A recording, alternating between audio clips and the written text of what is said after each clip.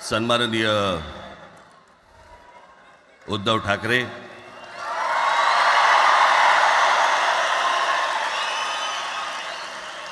आणि माझ्या जमलेल्या सर्व तमाम मराठी बांधवांनो, भगिनींनो आणि मातांनो, मी माझ्या मुलाखतीमध्ये एक म्हटलं होतं की ज्याच्यातनं या सगळ्या गोष्टी खरं तर सुरू झाल्या, आणि मी असं म्हटलं होतं की कोणत्याही वादापेक्षा आणि कुठच्याही भांडणापेक्षा महाराष्ट्र मोठा आहे.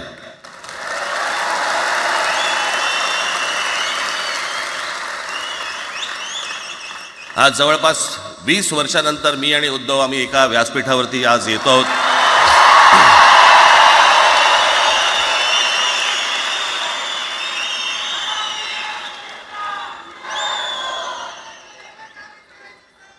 जे माननीय बाळासाहेबांना जमलं नाही, जे अनेकांना जमलं नाही, आम्हाला दोघांना एकत्र आणायचं, ते देवेंद्र फडणवीसला जमलं.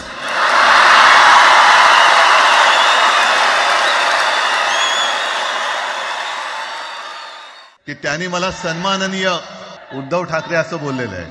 म्हणून माझ्या भाषणाची सुरुवात करताना सन्माननीय राज ठाकरे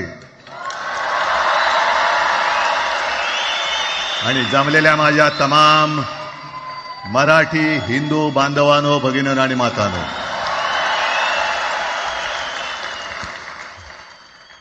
एकत्र आलोयत एकत्र राहण्यासाठी.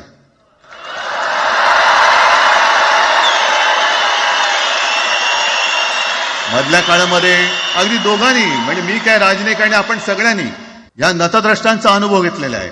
वापरायचं आणि फेकून द्यायचं. आता आम्ही दोघं मिळून तुम्हाला फेकून देणार आहोत. आणि देवेंद्र फडणवीस आज जे बोललेत, बातमी आली सगळीकडे, मी इकडे बातम्या आणल्यात. भाषेच्या नावाखाली गुंडगिरी सहन केली जाणार नाही. जर महाराष्ट्रामध्ये मराठी माणूस न्याय मागण्यासाठी आंदोलन करत असेल आणि त्याला जर का तुम्ही गुंड म्हणत असाल, तर आम्ही गुंड आहोत. आम्ही गुंड.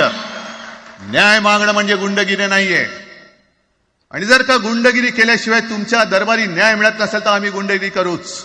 मुंबई मराठी माणसाला द्यायला तयार नव्हती, आणि तेव्हा सुद्धा एक मराठी माणूस, म्हणजे आज जे बोलतात ना आम्ही मराठी नाहीत का, अरे तुम्ही नुसतं नावाने मराठी आहात, तुमच्या अंगात मराठी रक्त आहे की नाही आता तपासावं लागेल.